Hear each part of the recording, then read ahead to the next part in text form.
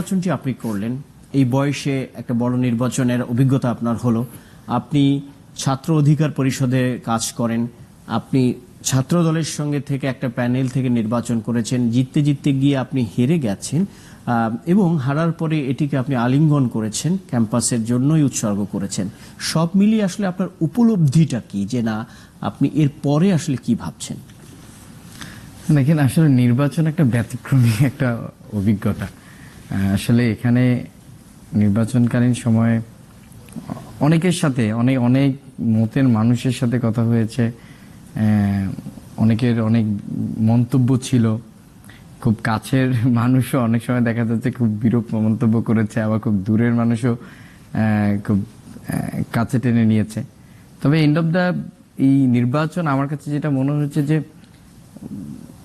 এই যে ভিন্ন মত বা যারা, আমি তো যেই ভোট পেয়েছি, অন্য ভোট তো আমার ভাই পেয়েছেন, তো সবাই এই জায়গাটা না, এই জায়গাটা থাকা দরকার গণতন্ত্রে আসলে।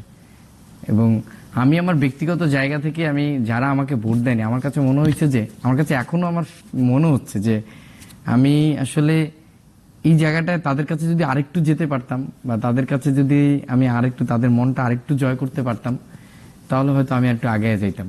তো আমার কাছে এই মন জয়ের জন্য কি করতে হয়, আসলে কি করা উচিত বলে আপনি মনে করেন? আগেকার যে রাজনীতি ছিল মাসেল পলিটিক্স, অস্ত্র শস্ত্র নিয়ে ক্যাম্পাসে খুব দৌড়াদৌড়ি, হুমকি ধামকি দেওয়া, জোর করে মিছিলে আনা, এই সময়ে শিক্ষার্থীদের মন জয় করতে হলে আপনাদের আসলে কি করতে হচ্ছে? আমাদের আমরা যে প্রজন্ম বা তরুণ প্রজন্মের মন জয় করাটা আগের যেই রাজনীতি, ক্যাম্পাসের যেই পেশি শক্তি এবং অস্ত্রের জনজনার যে রাজনীতি, এই রাজনীতি দিয়ে আমাদের তরুণ প্রজন্মের মন জয় করতে পারবেন না আপনি। এখানে অনেকগুলো ক্রাইটেরিয়া থাকে যে আসলে তারা চিন্তা করে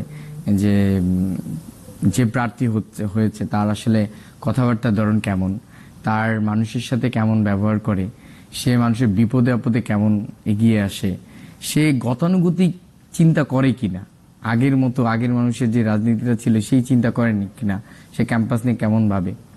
তো এগুলা দিয়ে আর কি আপনারা, আমার কাছে মনে হচ্ছে তরুণ প্রজন্মকে অ্যাট্রাক্ট করা যাবে। তো আমি যেটা বলতে চাচ্ছিলাম যে আমি বারবার যেটা ফিল করছি যে আমি যদি আরেকটু দৌড়াইতাম, আমি যদি আরেকটু শিক্ষার্থীদেরকে কাছে যাইতে পারতাম, আমি যদি ক্যাম্পাসের জন্য আরেকটু কাজ করতে পারতাম, তাহলে হয়তো শিক্ষার্থীরা আমার দিকে আরেকটু